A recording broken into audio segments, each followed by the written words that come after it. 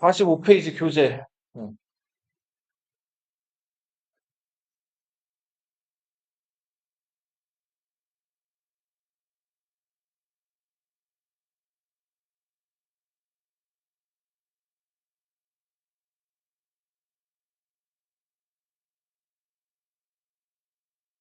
자, 연산군을 몰아낸 세력들. 이 사람들이 연산군을 몰아내고 연산군의 배다른 동생이었던 진성대군을 왕으로 새로 삼았죠.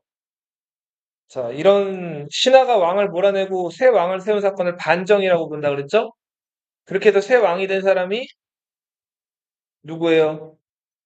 연산군 몰아내고 왕 된 사람. 자, 중종 초반에는 중종이 권력이 있었나요? 없었죠. 누가 정치를 주도했어요?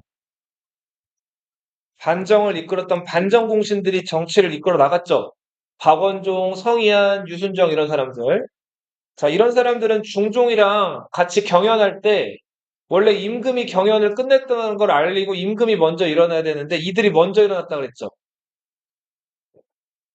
싸가지가 없었던 거죠. 자, 근데 반정 일으키고 나서 이제 7년 만에 박원종, 성희안, 유순정이 차례 죽어요. 나이가 들어서. 자, 그래서 이 중종이 슬슬 자기 정치를 이제 해보고 싶을 때가 됐죠.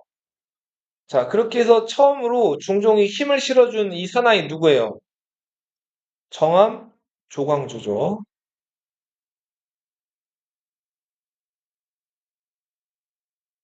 자, 근데 조광조는 굉장히 이렇게 뭐랄까 원칙주의자였어요. 그래서 그 이 성리학, 유교, 자 이런 이념으로 조선을 잘 다스려 나갈 것 그런 것들을 중종에게 얘기하면서 경연 자리에서 중종을 열심히 가르쳤다 그랬죠.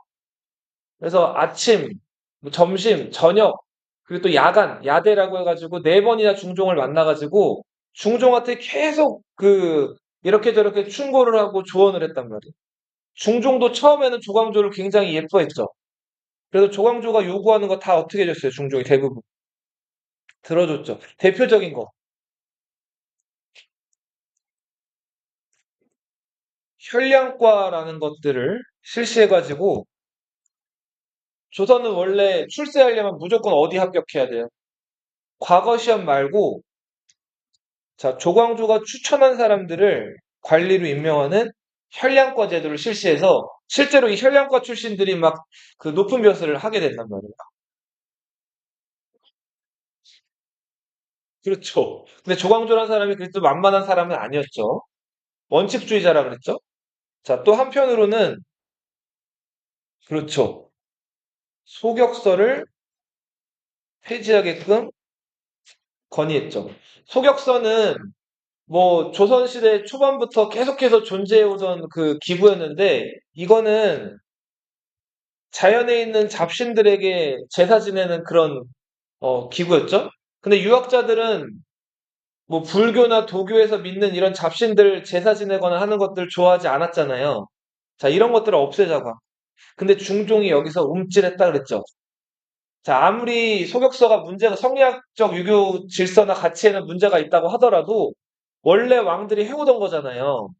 이런 걸 관행이라고 하죠. 이런 거 갑자기 자기 때에서 없어진다는 게 불편했단 말이에요. 자, 조광조가 또 하나 얘기했던 거 여기 아래 나와 있는데 그렇죠. 향약을 보급했던 거죠.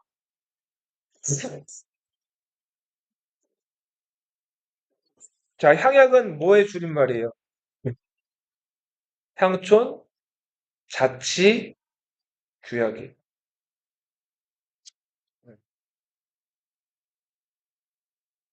그러니까 향촌이라고 하는 거는 서울이에요, 시골이에요? 시골이죠, 시골. 시골에서 자체적으로 만들어 사용하는 법이란 뜻이에요. 자, 보세요. 그, 여기 보면은 지금 아이들이 뭐 하고 있어요, 어른한테. 인사하고 있죠. 그죠? 이 인사나 예절 강조하는 거는 어떤 학문, 어떤 종교예요? 유교죠, 유교. 이런 유교 윤리를 저 조선의 저 시골 저 구석까지 구석구석까지 다 보급하기 위해서 이 향약이라는 자체 윤리를 만들어서 보급하게 된 거예요. 자, 보세요. 근데 또 여기는 지금 뭐 인사하는 것만 나와 있는데, 자, 예를 들면은 조선 사람들이 하던 것들, 관, 혼, 상, 제가 있어요. 자, 여기서 관이 뭘까요? 관. 다 이제 레가 붙거든요.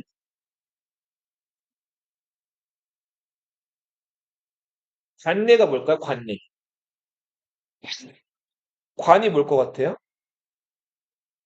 이 사람이 쓰고 있는 거예요. 이걸 모자라 그러나? 가시적 관. 자, 관을 뭐라고 한다고요? 갓관자예요. 자, 그러면은 갓을 그냥 쓸까요? 어린애들이 갔어요? 머리 어떻게 묶어요? 이거 뭐라 그래, 이거? 상추 튼다 그러죠? 원래 너희 나이 때 어린아이들은 조선시대 때 다 어떻게 하고 다녔어? 머리 이제 댕기머리처럼 깎고 다닌다고요. 이거 왜 그럴까요? 그죠. 효를 강조하기 때문에, 자, 이제 유교에서는 신체 발부는 수지 부모라 그랬죠. 이 머리카락, 피부, 그 밖에 모든 뭐 신체 기관들은 다 누가 주신 거예요? 부모님이 주신 거기 때문에 이 자기 몸을 소중히 하는 것도 효라고 봤단 말이에요. 자, 부모님이 주신 머리카락 막 뽑거나 깎거나 하는 것들은 굉장한 불효로 봤단 말이에요. 그건 어쩔 수 없는 거지만, 자, 그래서 이 머리카락을 함부로 자르지를 못했어요. 그럼 너희 나이 또래 다 머리 어떻게 하고 다녔다고 자르지 않고 이렇게 댕기머리로 기르고 다녔단 말이에요. 자, 그러다가 이제 성인이 돼요. 어, 보통은 20살을 성인이 되는 걸 봤죠? 뭐 20살 보통 그 이전에 뭐 17, 18살 할 때 하는 경우도 있었는데 성인식을 하는 거예요. 성인식을 하면서 그 이제 따은 머리를 풀러서 이렇게 위로 올려서 묶어요. 자, 그 다음에 이 머리 흘러내리지 말라고 어떻게 할까요? 망 같은 것들로. 이렇게 고정을 하죠. 여기다 뭐 이렇게 딱 고정을 해가지고. 자, 그거를 망건이라고 하고, 요거죠, 요거. 지금 머리 해놓은 거. 네. 이게 피부가 지금 눌려가지고 좀 빨개졌다고 보시면 돼요. 망건이라고 하고 그 위에 갓을 쓰는 거예요. 자, 이렇게 20살 돼가지고 하는 성인식을 무슨 예라고 한다? 관례라고. 자, 그럼 관례를 맞췄으면 이제 나이가 어느 정도 찼어요. 그러면 어떻게 해요? 이제 결혼을 한단 말이에요. 자, 이거를 이제 혼례라고 하죠. 너희 전통 결혼식 하는 거 본 적 있어요? 그 신랑 신부가 이제 이렇게 그쵸 맞절하고 그 코스튬 있잖아요. 신랑은 파란 옷 입고 신부는 빨간색 색동 옷 입고 와가지고 결혼하잖아요. 어. 그리고 신부는 뭐 찍어요? 여기다가 연지곤지 네, 그런 것들 찍죠. 네. 그렇게 와서 결혼을 하잖아요. 자, 이런 것들도 혼례라는 의식이에요. 자, 근데 이제 시간이 지나면서 선생님 봐봐.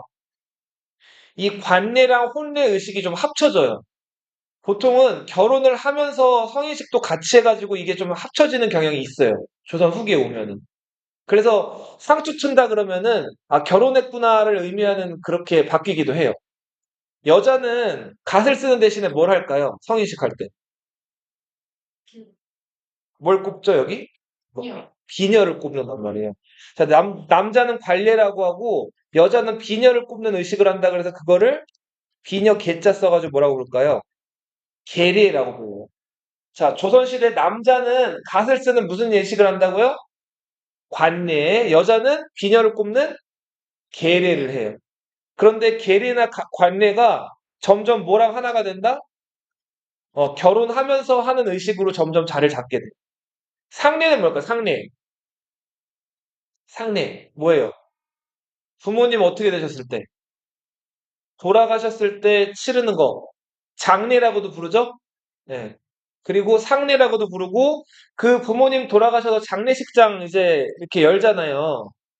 자, 장례식장을 무슨 집이라고도 불러요? 초상집이라고 부르죠? 그 초상할 때 그 상자가 여기 있는 상자예요. 상을 치른다.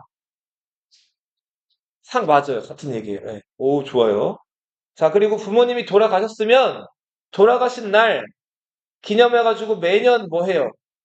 부모님 귀신이 와가지고 식사하고 가시라고 제사상 차려놓죠? 그죠? 자, 이게 제례예요. 자, 유교식으로 장례 지낼 때는 사람을 어떻게 할까요? 유교식으로 장례 지낼 때 사람을 어떻게 할까요? 묻죠? 매장하죠? 그런데 고려가 불교의 나라였죠. 그죠? 불교에서는 사람을 죽으면 어떻게 하죠? 보통 화장을 한단 말이에요. 자, 이거는 조선시대 성리학 윤리나 유교 윤리에서는 도저히 납득할 수 없는 최악의 행동이라고 그랬죠? 자, 그래서 근데 이런 게 조선 건국되고 100년 동안 일반 백성들은 여전히 화장을 많이 했단 말이에요. 자, 그래서 이런 것들을 이제 하지 못하게 하려고 유교 윤리를 보급하려는 차원에서 조광조가 강조한 게 뭐라고요? 뭘 보급하자? 향약을 보급하자고 한 거예요. 자, 하나 더 얘기하면 상례를 빈례라고도 하거든요. 그래서 돌아가신 분들 그 기념하기 위해서 만들어 놓은 그 장례식장을 뭐라고도 불러요? 빈소라고도 부르죠? 네. 현성이 많이 알고 있네요. 자, 조광조의 얘기, 향약을 보급하자고 했다. 쓰면서 봐요, 쓰면서. 자, 그리고 마지막 결정타. 조광조가 어떻게 하자 그랬어요? 자, 위는 무슨 위자라 그랬나요? 위선자, 가짜라 그랬죠? 훈은 뭐라 그랬어? 훈. 공훈자예요, 공. 공신할 때 그 훈자. 훈구 세력이라고 하잖아요, 공신들을. 가짜 공신들을 어떻게 하자고 다? 죽이자는 게 아니라 어떻게 하자는 거예요? 공신 명부에서 다 딜리트 하자는 거예요. 삭제하자는 거예요. 나쁘지 않죠? 왜냐하면 가짜 공신들이 많았으니까. 근데 문제는 그 공신 중에서 그 공신들이 만들어 놓은 왕이 중종이었죠. 어떻게 보면은 중종의 정통성이나 이런 것들을 부정하는 행동이죠. 그래도 중종이 이거를 들어줬어요. 근데 이때 기분이 많이 안 좋았다 그랬죠? 자, 그래서 중종이 홍경주, 남곤, 심정, 이런 사람들 불렀죠. 이런 사람들 몰래 불러서 뭘 내렸어요? 밀지를 내렸죠. 원래 조선시대 왕은 밀지 내리면 돼요, 안 돼요? 원래 명명백백하고 당당하게 행동해야 되는 게 국왕이고 군주인데, 자, 어쩔 수 없는 상황이라고 하면서 밀지를 내렸어요. 그래서 이들이 경복궁의 북문인 신문문으로 밤중에 급히 들어와요. 자, 밀지의 내용은 조광조와 현량과 사람들을 다 어떻게 잡아와라 이거예요. 조광조가 중종이 어떻게 나를 이렇게 버릴 수 있지 믿지 못해가지고 감옥에서 술을 엄청 먹었다 그러죠. 자, 그 다음에 그래도 조광조가 중종이 자기를 살려줄 줄 알았어요.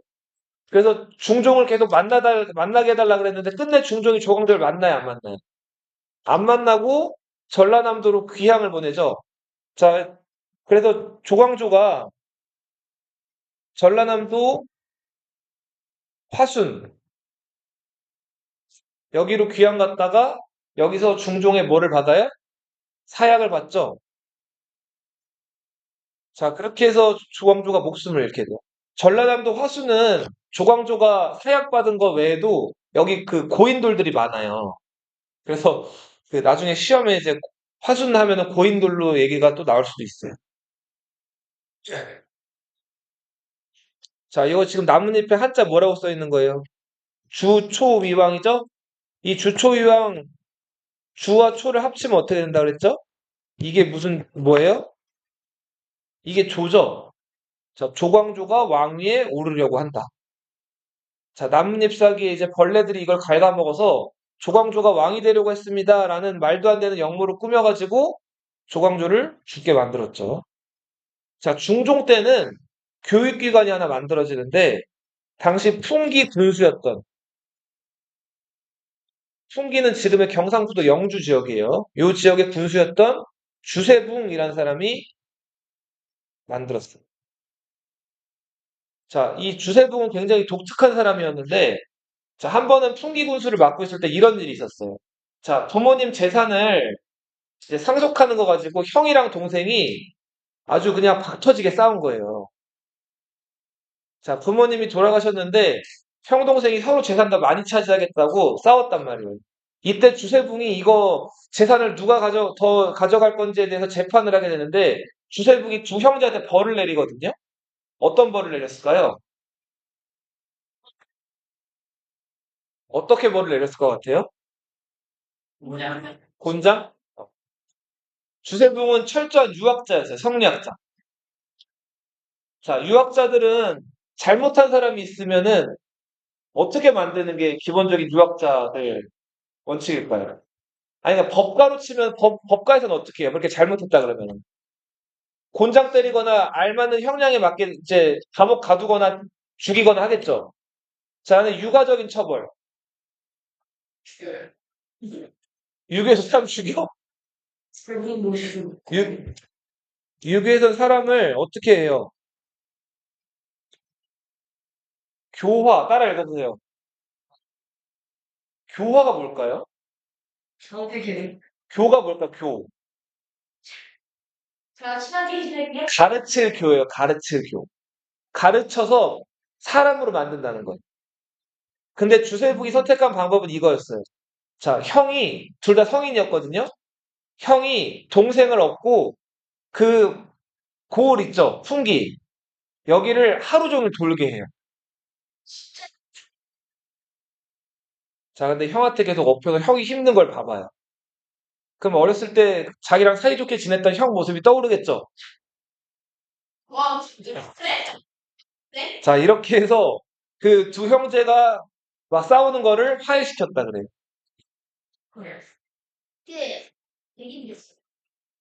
네, 됐다 그래요. 네.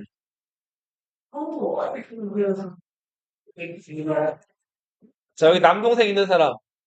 네, 시우가, 네, 민재나 시우가 이제 자기 동생을 업고 시원이를 업고 하루 종일 이제 돌아다녔다고 쳐봐요. 어떨 것 같아요?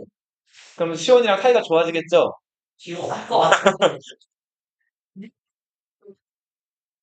자, 이런 식으로 교화를 했는데 그 주세붕이 만들었다는 교육기관이 서원이라는 교육기관이에요. 죽여버릴 것 같아요? 자, 자, 이 서원은 자, 가르치는 공간 강당이 있고요. 자, 그리고 제사 지내는 공간 사당이 있었어요. 여기서 강당할 때 강은 강의, 강론 이런 것들을 얘기해요. 뛰어난 학자들이 제자들을 모아놓고 강의하는 공간. 뭐라고요? 강당. 강당은 뭐 하는 곳이에요?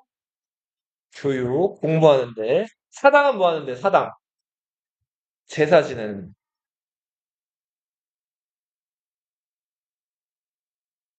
자, 이때 주세붕의 요 서원, 백운동에 만들어져가지고 제일 먼저 만들어진 서원은 백운동 서원이었어요.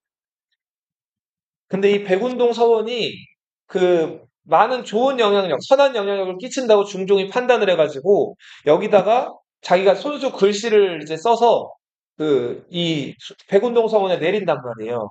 그래서 왕이 직접 액자를 써줬다, 이 간판을 써줬다는 건 엄청난 영광이죠. 자, 그래서 백운동 서원 운영하는 사람들이 중종의 글씨를 뿔을 따가지고 자기네 그 서원의 간판에 달아요. 자, 백운동 서원 중종이 내린 이름은 소수라는 이름이에요. 자, 우리나라 최초의 서원, 무슨 서원? 설립자는 누구예요? 주세붕.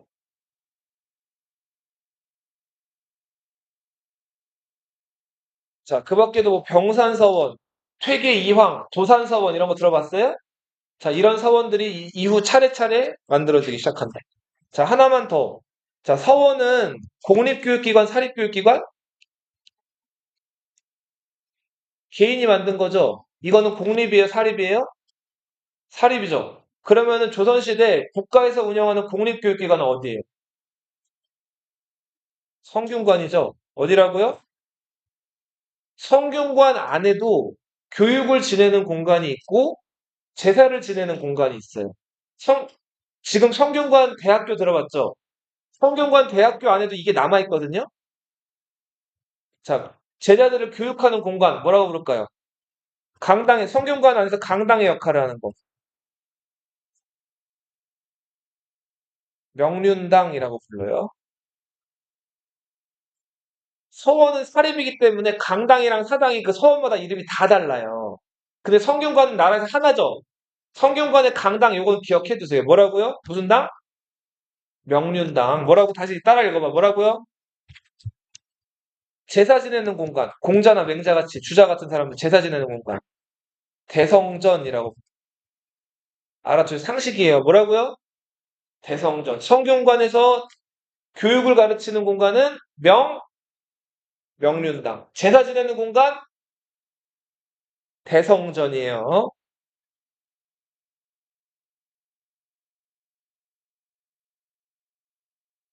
자, 여기 보시면은 안동 병산서원이 나와 있는데 병산서원은 서해 누구를 모시는 거예요? 서해 유성룡을 모셔놓은 서원이죠.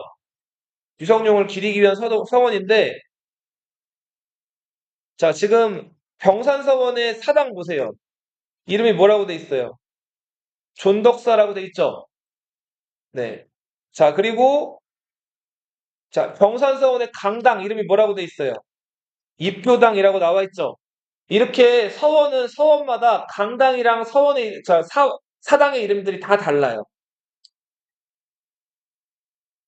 자, 넘어가 보세요. 다음 사진. 46페이지. 조광조가 죽은 다음에, 네. 이제 중종 때는 이렇다 할 어떤 중종이 정치적인 뭐 변화나 시도를 꾀하지는 못해요. 자, 중종이 무려 38년이나 왕을 해요. 몇 년? 짧지 않는 세월이죠. 그 사이에 여러 권력 있는 신하들이 바뀌지만 중종 때 처음에는 누가 권력자였어요? 반정 공신들이 한동안 권력을 휘둘렀죠. 그죠? 그러다가 반정 공신들 수명 다 돼서 죽은 다음에는 누가 권력을 잡았어요? 자, 근데 조광조는 나쁜 쪽으로 권력을 휘두른 사람은 아니죠. 워낙 학자였고 원칙주의자였단 말이에요. 조광조가 기묘사화로 다 죽죠, 세력들이.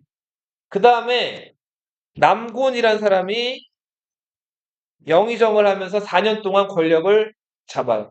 이 기묘사화로 조광조를 죽게 만든 무리긴 한데 남곤은 뇌물 같은 것도 거의 안 받고 조광조를 죽게 한 인물이긴 하지만 나름 정치적으로 좀 뛰어난 인물이었어. 자, 그 남곤이 죽고 나서 한동안 뭐 심정, 이행, 이항, 자, 이런 사람들이 권력을 장악하는데 자, 이 사람들도 나름 과거에 급제한 사람들이긴 하지만 남곤만 못했어요. 조광조만은 당연히 못했고 심정이 경빈박 씨라는 중종의 예뻐하는 후궁이 있었죠. 이 경빈박 씨가 중종의 제일 큰아들을 낳았는데 그 큰아들이 누구였어요? 복성군이라는 큰아들을 낳았단 말이에요. 자, 심정이 복성군을 왕위에 올리려고 당시 중종의 세자였던 누구? 인종을 저주했다는 그런 낭설이 돌죠. 자, 쥐의 눈이랑 코랑 팔다리를 다 찢어가지고, 자, 세자가 사는 동궁에다 매달아놨던 그 변을 뭐라고 불렀어요? 작서의 변이라고 했죠? 작은 태운다는 거였고, 선은 뭐였어요? 쥐서자였죠. 자, 조광조는 기묘사화로 제거됐다. 자, 그렇게 해서 심정과 이 무리들이 제거되고, 그 다음으로 권력자로 떠오른 인물이 김한로라는 사람. 김한로의 아들 김희가 중종의 두 번째 부인 장경왕후 윤씨의 딸이었던 효혜공주의 남편이었어요.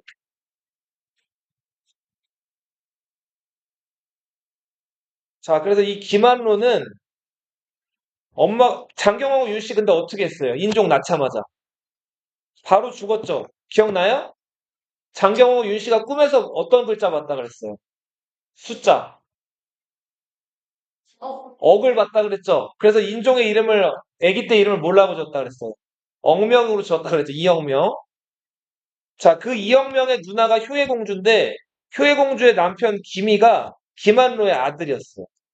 자, 그래서 김한로는 엄마가 일찍 죽은 인종을 뒤에서 뒷받침하면서 강력한 권력을 누렸어요. 과거 시험 급제도 했고, 자, 이 사람 머리 회전이 엄청 빠른 사람이었는데, 자, 남군이, 선생님 봐봐. 남군이 한때 조광조 제거하고 권력을 갖고 있을 때, 이 김한로란 사람이 조광조 쪽 무리에 있기도 했었고,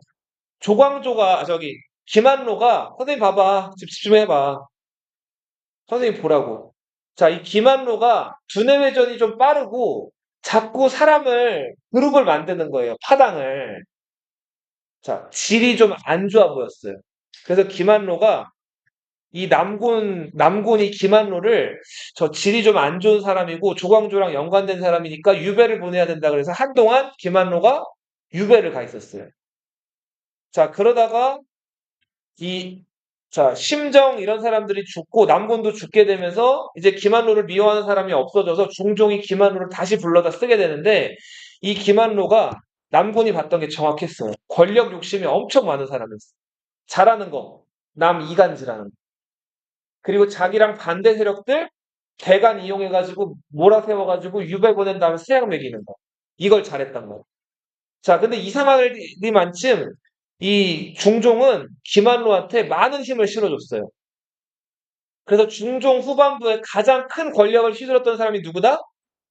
김한로. 이 사람 거쳐간 관직을 한번 얘기해 볼게요. 대, 대사헌.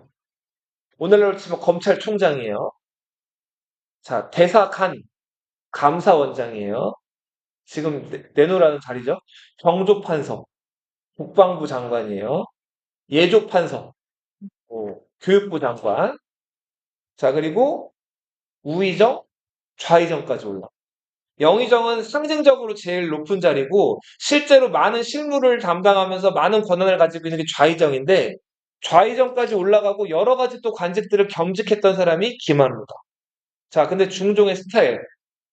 한 사람한테 자기 힘을 몰아주고 이 사람을 믿어주다가 조광조 때 어떻게 했어? 확 손바닥을 뒤집어 버렸죠?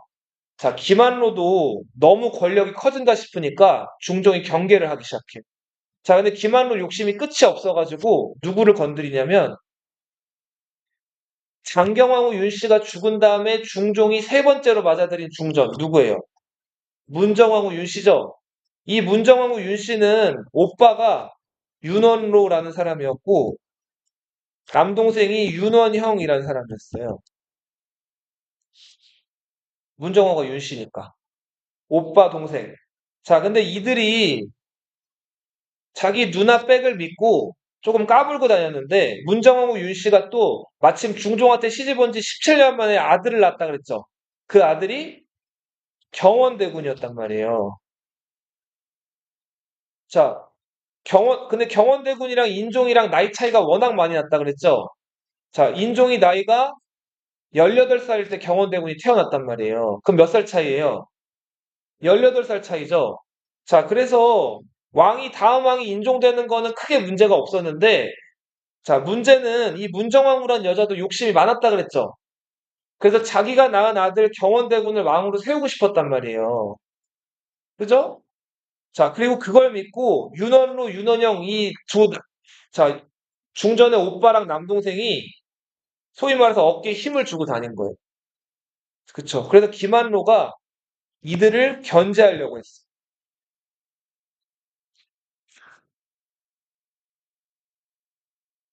자, 근데 그래서 김한로가 윤원영이 잘못한 것들을 다 들춰내가지고 그동안에 다른 라이벌들 제거한 방식대로 윤원영을 유배 보낸 다음에 죽이려고 하는데, 자, 중종이 여기서 누구 손을 들어줬을까요? 윤원영 편을 들어줘요. 그러면서 김한로를 대간 자, 이 김한로를 미워하는 신하들한테 를 모아가지고 또 중종이 잘하는 거 뭐였어요? 뭐 내리는 거예요? 조광조 죽일 때 남곤이랑 심정한테 뭐 내렸어요? 몰래. 밀지 내렸죠?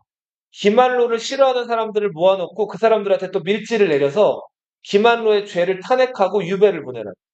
김한로는 큰 죄를 지은 것도 아닌데 많은 권력들을 휘두르고 뭐 대간을 조종해가지고 왕을 음해했다라는 억울한 죄명을 쓰고 유배를 갔다가 뭘 받았을까요?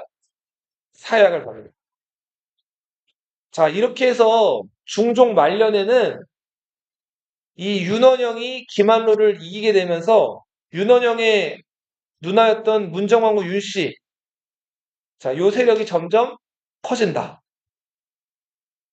자, 그러다가 중종이 죽어요. 당시 30살의 세자가 임금이 되는데 이 사람이 인종이에요. 경원대군은 그 당시 나이가 몇 살? 12살. 자, 인종에게는 근데 아들이 있었다, 없었다? 아들이 없었어요. 인종의 부인은 인성왕후 박씨라는 사람. 인성은 괜찮았어요. 착했는데 아들이 있었다고요, 없었다고요? 아들이 없었단 말이에요. 자, 근데 인종은 굉장한 효자였어요. 자기 엄마가 아닌데도 문정왕후 윤씨한테 굉장히 잘했다 그랬죠. 자, 그리고 자기 아버지 중종이 돌아갔을 때 진심으로 너무 슬퍼하면서 밥도 안 먹고 계속 장례식장 지켰다 그랬죠. 그러다가 몸이 점점 어떻게 됐다 그랬어요? 아팠다 그랬죠. 인종이 몇 개월 만에 왕이 되고 8개월 만에 병들어서 죽는단 말이에요. 자, 인종이 아들이 없었기 때문에 누가 왕이 됐을까요? 경원대군이 왕이 되는데 이 사람이 명종이에요. 자, 문정왕후는 왕의 엄마니까 이제 뭐라고 불릴까요? 대비라고 부르겠죠? 대비가 되면 새로운 존호를 받는데 무슨 대비? 성렬대비.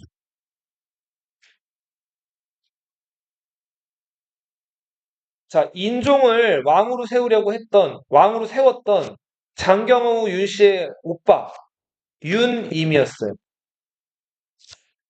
자, 윤임은 죽은 인종한테는 뭐예요? 관계가 어떻게 돼요? 엄마의 오빠니까. 인종의 외삼촌이죠, 외삼촌. 엄마의 오빠니까. 윤임은. 자, 윤원형은 명종한테는 뭐가 돼요? 엄마의 남동생이니까. 명종의 역시 마찬가지로 외삼촌이죠.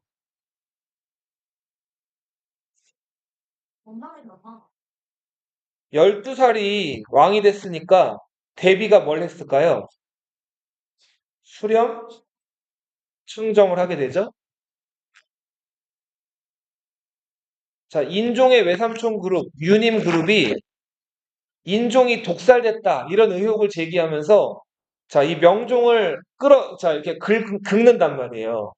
자, 대비가 이걸 듣고 화가 많이 났죠. 자, 그래서 유님과 관계된 사람들을 다 영모로 몰아가지고 죽여버려요. 자, 유님은 인종의 외삼촌이죠. 더 전 왕의 외삼촌이죠. 자, 이 그룹을 대윤이라고 불렀고, 명종의 외삼촌, 윤원영과 윤원로 그룹을 소윤이라고 불렀어요. 대윤과 소윤의 싸움 누가 이겼어요? 대비와 현 왕이 살아있죠? 누가 더 힘이 셌을까요? 소윤 그룹이 더 힘이 셌겠죠? 자, 그렇게 해서 대비의 손에 의해서 영모죄로 유님 그룹들이 다 죽는단 말이에요. 이때 유님과 관련된 살인들이 많이 죽어요. 이 마지막 사화를 을사사화라고. 자, 봐봐. 선생님 봐봐. 자, 이게 마지막 사화인데 요약을 할게요. 선생님 좀 봐봐. 집중 좀 해봐. 자, 인종의 외삼촌 그룹, 유님 그룹을 무슨 윤이라고 한다고요? 큰 윤, 대윤. 그리고 새로 왕이 된 경원대군, 명종의 외삼촌 윤원영 그룹들을 뭐라고 부른다고요? 소윤. 자, 승렬대비 문정왕후가 자, 자기 아들 명종을 왕으로 끼고 있었기 때문에 힘이 훨씬 더 컸죠. 자, 그래서 이 대비의 힘을 이용해가지고 유님 그룹들을 지금 막 명종을 위협한다는 명분으로 다 유배 보낸 다음에 세액을 매긴단 말이에요. 자, 이게 네 번째 사화 중에 마지막 사화 무슨 사화다? 을사사화다. 자, 이 문정왕후는 그 조선시대 유학자들에 의해서 그 여주, 여제, 그 사나운 여자, 좋은 평가를 받은 거예요. 자, 성리학적 유교 윤리에 의하면은 여자는 그 남자를 뒷받침하는 존재예요. 자, 그래서 그 드러나지 않는 곳에서 남자들 뒤치다꺼리를 하고, 자, 그리고 앞으로 드러나지 않는 거를 여자의 미덕이라고 생각했던 게 성리학인데, 문정왕후는 어린 아들을 끼고 자기가 마치 왕 노릇을 했다 이거예요. 그래서 문정왕후가 죽고 나서 유학자들이 좋게 평가를 하지를 않아요. 이 문정왕후는 실제로 아들 명종이 20살이 될 때까지. 그럼 몇 년이에요? 12살에서 20살까지니까. 8년 동안 수렴청정을 하고, 보통은 이렇게 꽉 안 채우거든요? 한 15살, 16살쯤 되면은 왕이 판단력이 생기잖아요. 중2, 중3 정도면은 판단력이 생기잖아요. 그때쯤이면 보통 철렴이라고 해서 수렴청정 거둔단 말이에요. 근데 몇 살까지 했어요? 20살까지 꽉 채운 거예요. 자, 그 다음에 그걸로도 모자라가지고, 자, 12년 동안 문정왕후 죽을 때까지 이 명종한테 막대한 영향력을 행사해요. 명종이 항상 엄마 눈치를 봐야 되고 대비인 엄마한테 이것저것 다 보고를 해야 됐을 정도로 이 문정왕후는 권력 욕심이 대단히 많았어요. 맞아요. 자, 그리고 심지어는 신하들 저기 궁녀들 앞에서 이 명종 성인이 됐는데 자, 종아리를 걷어 올리라. 그다음 어떻게 했을까요? 종아리를 때렸다고. 자기 뜻대로 되질 않거나 아들이 자기한테 보거나 이런 것들이 미흡하면 자기 아들 명종에 뭘 때렸다고요? 회초리를 때렸다고. 자, 아무리 그래도 왕인데 대비라고 해서 왕의 회초리를 막게 손을 대면 돼야 안 돼요? 안 되죠. 선을 항상 넘었던 여자 문정왕후. 이 문정왕후는 또 불교를 아주 독실하게 믿는 여자였어요. 그죠? 자, 그러니까 이거 대관들이 좋아했을까요? 아니되옵니다 하는 거예요.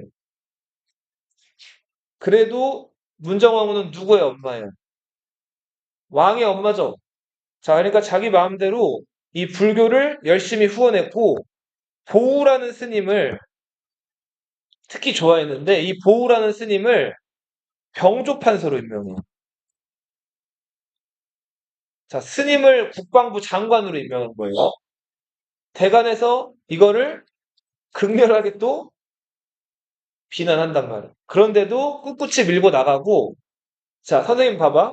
통일신라 원성왕 때, 저기 지금 당시에는 서울은 아니었지만 지금 저 서울에 너 혹시 저 코엑스에 봉은사란 절 들어봤어요?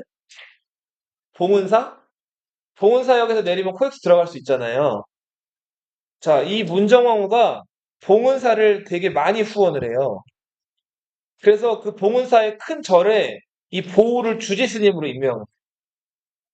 그리고 문정왕후는 왕실의 재산을 관리하는 내수사라는 기관을 만들고 이 내수사에 막대한 그 세금 같은 것들을 저장을 한 다음에 조선 팔도에 있는 여러 절들을 후원을 한단 말이에요. 자, 그래서 내수사에서 일하는 관리들이나 환관, 내시들이나 궁녀들이 어깨에 힘을 엄청 주고 다녔다 그래요. 자, 그리고 이 내수사 관련돼서 하나의 에피소드가 더 있죠. 당시 황해도 경기도 바로 위에 북한에 있는 황해도 들어봤죠? 황해도 봉산 지역에서 네, 이 봉산에 갈대가 많았다 그래요. 그래서 이 봉산 주민들이 평소에 그 땅이 보통 없고 다 양반 지주들 땅만 경작을 하고 이제 그거로 소작을 붙여서 먹고 사니까 가난했단 말이에요. 그래서 농사 짓고 남는 시간에 그 갈대밭에 갈대를 베어다가 이걸로 광주리를 만들어서 시장에다 내다 팔았다 그래요. 그래서 부수입을 하는 거죠. 그게 좀 쏠쏠했는데 그 황해도 봉산 지역의 갈대밭에서 그 만든 바구니가 괜찮다는 소문이 나니까 이 내수사에서 그 소문을 듣고 그 황해도 봉산 지역의 갈대밭을 다 내수사 소속으로 만들어 버려요. 그럼 이제 그냥 부업으로 그 갈대 베어가지고 바구니 만들던 사람들 그 갈대를 벨 수가 없게 된 거죠. 왕실 소속이 된 거예요. 만약에 이걸 베어가려면 왕실의 허락을 받아야 되는데 이게 허락을 내주겠어요? 안 내주겠죠. 자, 이 황해도 봉산 지역에 살고 있던 주민이었던 사람, 실록에는 뭐라고 기록되어 있냐면 거질정이라고 되어 있어요. 네. 이 질은 사이시옷을 뜻한다 그래요. 혹은 기억을 뜻하기도 하는데 그래서 임꺽정이라고도 불리던 인물이. 근데 이 사람이 일제강점기 때 벽초 홍명이라는 사람의 소설 여기서 뭘로 태어났어요? 임꺽정. 자, 확실히 소설가는 소설가답죠. 이 실록에 나와 있는 몇 줄 안 나와 있는 기록의 임거질정을 굉장히 사람들 귀에 확 딱 들어오게끔 인식에 남게끔 만들었죠, 이름을. 네. 이거는 이제 소설가가 만들어낸 이름이에요.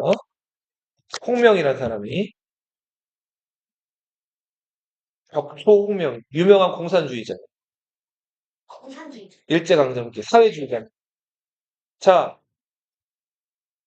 그래서 이 갈대밭을 내수사 소속으로 만든 거에 불만을 품고, 자, 카리스마 있었던 이 임꺽정이, 자, 주변 마을 주민들을 규합을 해가지고 광군을 공격을 해요. 자, 이게 임꺽정의 난임.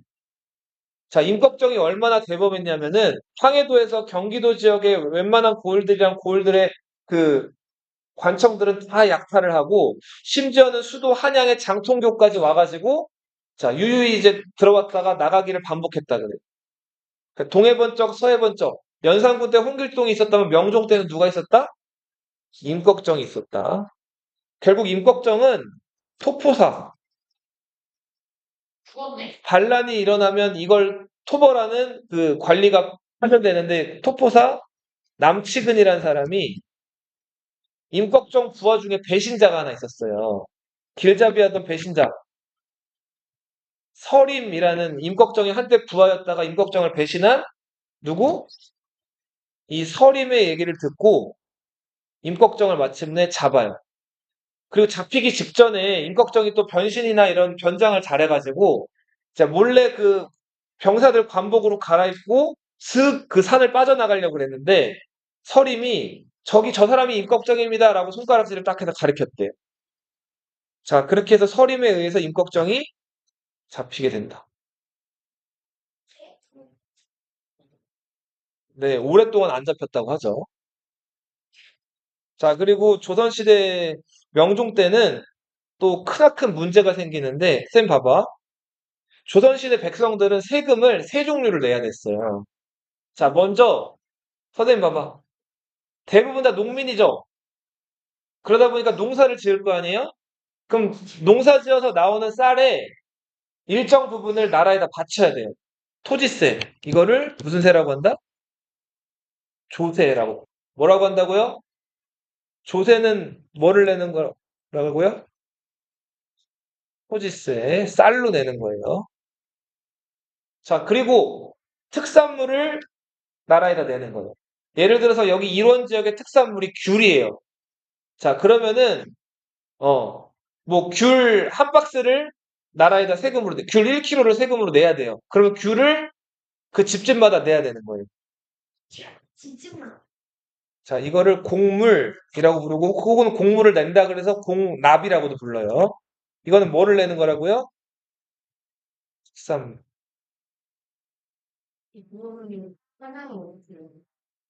한양 같은 경우에는 한양에 또 할당되는 특산물들이 있어요. 지역별로. 어. 그 도성 안에 사는 주민들에게 또 내라고 하는 세금들이 또 있어요. 그때그때 달라져요, 또 그거는. 어. 자, 그리고, 그쵸. 그러니까 일원동은 뭐 귤이면, 뭐 수서동은 뭐 김, 뭐 이런 식으로 각 지역마다 뭐 어디는 뭐 인삼 뿌리 10개. 자, 이런 식으로 다 그 특산물이 각 지역마다 달라요. 그리고 또 하나, 왕실에서 원하는 거니까 역이 있어요, 역. 역은, 자, 요역과 군역으로 나눠요. 요역은 뭘까요? 다리건설하고, 궁궐건설하고, 성곽집. 그러니까 노동력 필요할 때 쓰는 거. 나라에서 와서 일하라고 하면 해야 돼. 자, 그리고 군역은 뭘까요? 그쵸. 이제 군대 가는 거예요, 군대. 군사훈련 같은 거 받고 하는 것들을 군역이라고 하는데, 이렇게 사람들의 노동력을 증발해가는 걸 역이라고. 이 역은 16에서 60세의 정남, 평민 남자에게 부과가 됐어요. 맞아요. 자, 이 특산물은 어디에 부과가 됐다고요? 집집마다 부과가 돼요. 호마다. 자, 그쵸. 여자는 군대는 안 가죠. 그냥 가야 돼. 자, 이제 봐봐요. 근데 가장 문제가 됐던 게 이 곡물 납부하는 데서 문제가 많아져. 자, 특산물을 여기 지금 봐봐. 요거 한번 읽어보자. 자, 요거 할인이가 이거 뭐 올해. 자, 현석이가 읽어봐요.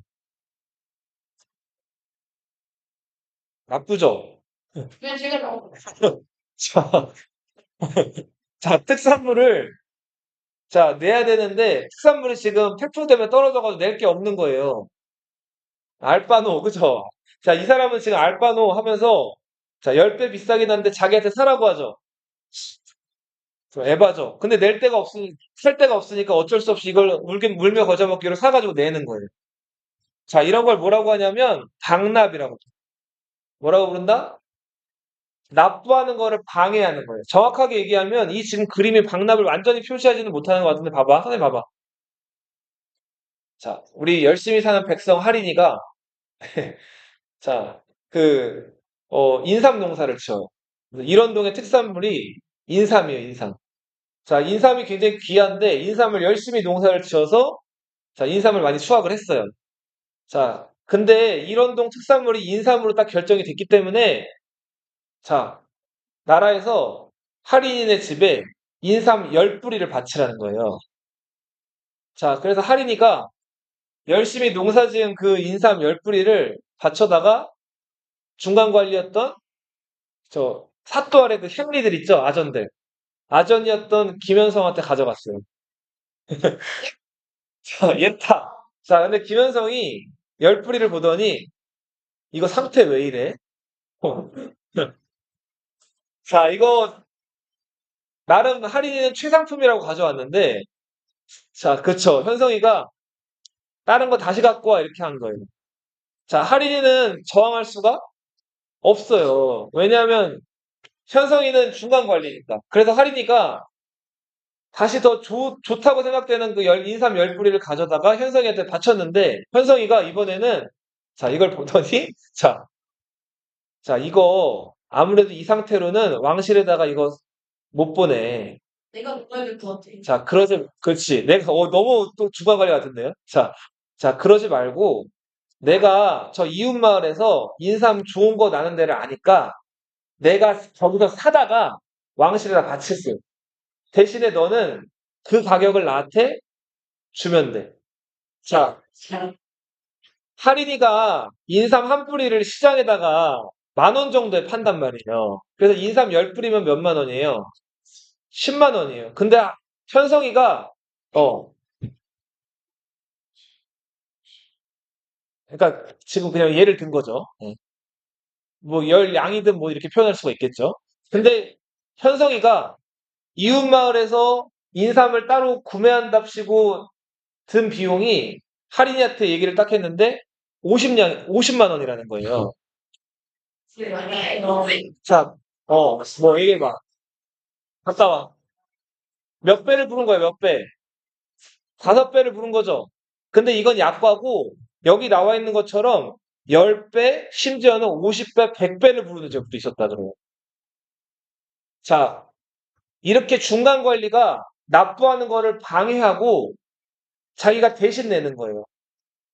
자, 이걸 무슨 죄라고 한다? 방납이라고 하고 폐단이라고 하는 건 문제, 잘못된 점을 얘기해요. 자, 이래서 명종 때는 백성들이 곡물 때문에 너무너무너무 힘들었다.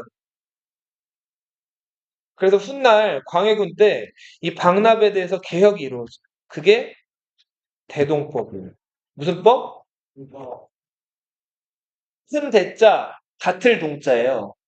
특산물은 지역마다 같아요, 달라요, 다. 다 다르죠? 그래서 특산물을 낼 때 방납이라는 문제가 생겼잖아요. 그죠? 그래서 이거를 다 똑같이 쌀로 거두는 거예요. 뭘로 거둔다고요? 쌀. 조선시대 때는 쌀이 돈처럼 쓰였기 때문에 쌀로 거둔 다음에 왕실에서 필요한 특산물을 공인이라는 상인을 고용해가지고 공인한테 쌀을 주면서 시장 나가서 사오라고 한 거예요. 자, 특산물을 이제 백성한테 직접 거두다가 중간 관리들이 문제를 일으키니까 백성들한테 특산물을 안 거두고 이제 뭘 거뒀다고요? 쌀을 거두는 거예요, 쌀. 그럼 왕실에서 필요한 특산물은 이제 어떻게 구한다고요? 그렇죠. 공인이라는 상인을 고용해서 공인 보고 사오라고 하는 거. 이게 대동법이에요. 나중에 또 얘기할게요. 자, 우리 세종대왕 때 왜구들이 조선을 쳐들어왔죠. 아, 그 왜구들의 소굴이 대마도였잖아요. 그래서 그 대마도 정벌을 한번 갔죠. 기억나요? 자, 막상 대마도를 정벌해 놓고 나니까 왜구들이 자, 이 계속 세종대왕한테 무역 좀 하게 해달라고 떼를 쓰는 거예요. 그래서 세종대왕 때 그럼 여기서만 무역해 하고 세계 항구를 열어줬어요. 자, 부산포 어딘지 알죠? 부산포 어디예요? 부산이겠죠. 연포는 어딜까? 연포. 울산이에요, 울산. 제포는 어딜까요? 진해라고 들어봤어요? 진해가 지금은 진해가라고 안 불리고 뭐라고 불릴까요? 창원시 진해구거든요. 네, NC 다이노스. 진해 마산이 원래 다른 도시였는데 창원에 흡수됐단 말이에요. 창원시 진해구, 창원시 마산구예요, 지금은. 여기를 일본인들에게 열어줘서 여기서 무역을 하게 했어요. 자, 선생님 봐봐. 근데 일본인들이 세계 항구를 열어주니까 계속 여기 와서 무역을 좀 더 하고 싶다고 더 요구를 많이 하고 자꾸 일본인들이 정해진 곳 외에 다른 곳에 가가지고 막 살기도 하고 일본인들이 많이 건너왔단 말이에요. 그래서 조선 사람들은 자, 1년에 보내야 되는 배의 숫자랑 무역해야 되는 범위나 이런 것들을 그리고 와서 거주해도 좋은 인구 이런 것들을 다 이렇게 제한을 뒀단 말이에요. 근데 사람 욕심이 끝이 있어요, 없어요? 없죠.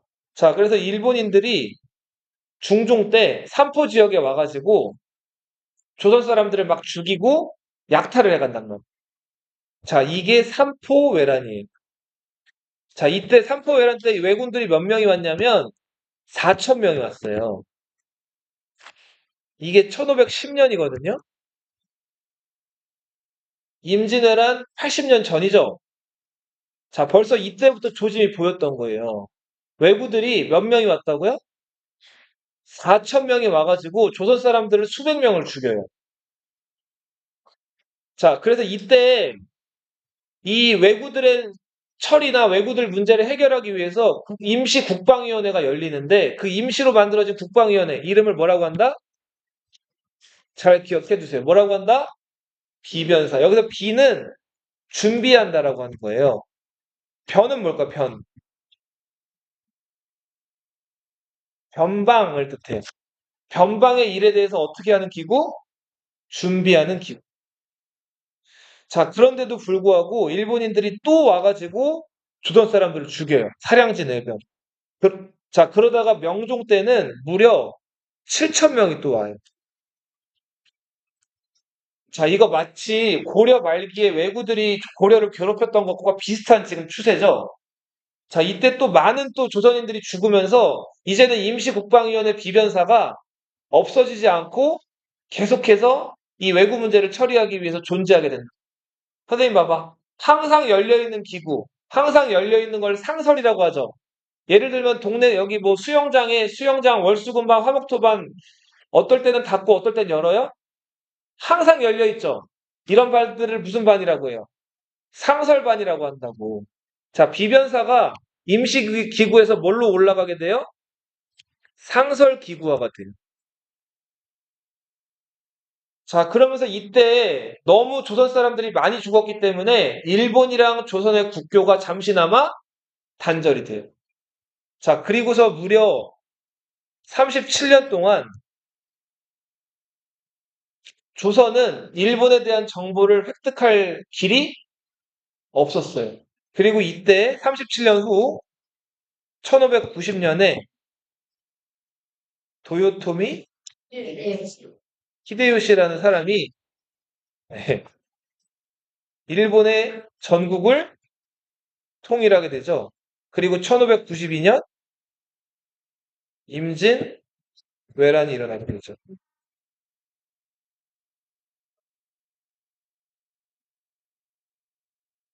자, 명종 말년 때부터 활약했던 두 명의 유학자들. 요것만 좀 알아두세요. 뭐 1,000원짜리에 그려져 있는 사람. 퇴계 이황. 그리고 5,000원짜리에 그려져 있는 율곡 이이. 자, 퇴계 이황은 둘 다 유명한 레전드 성리학자죠.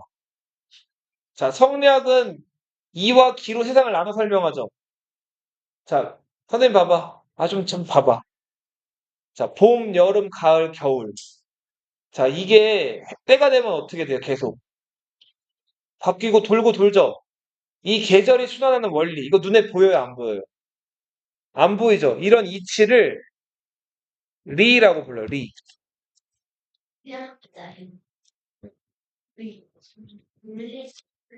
자, 이황은 이 눈에 안 보이는 근본적인 리를 강조했어요. 이황의 학문은. 이게 주 리론이에요.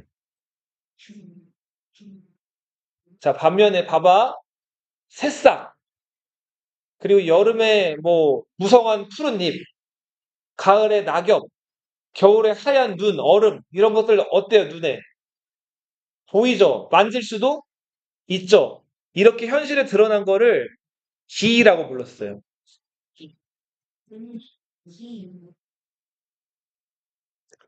자, 이는 현실에 드러난 뭐를 강조했다? 기를 강조했어요. 이게 무슨 론? 주기론.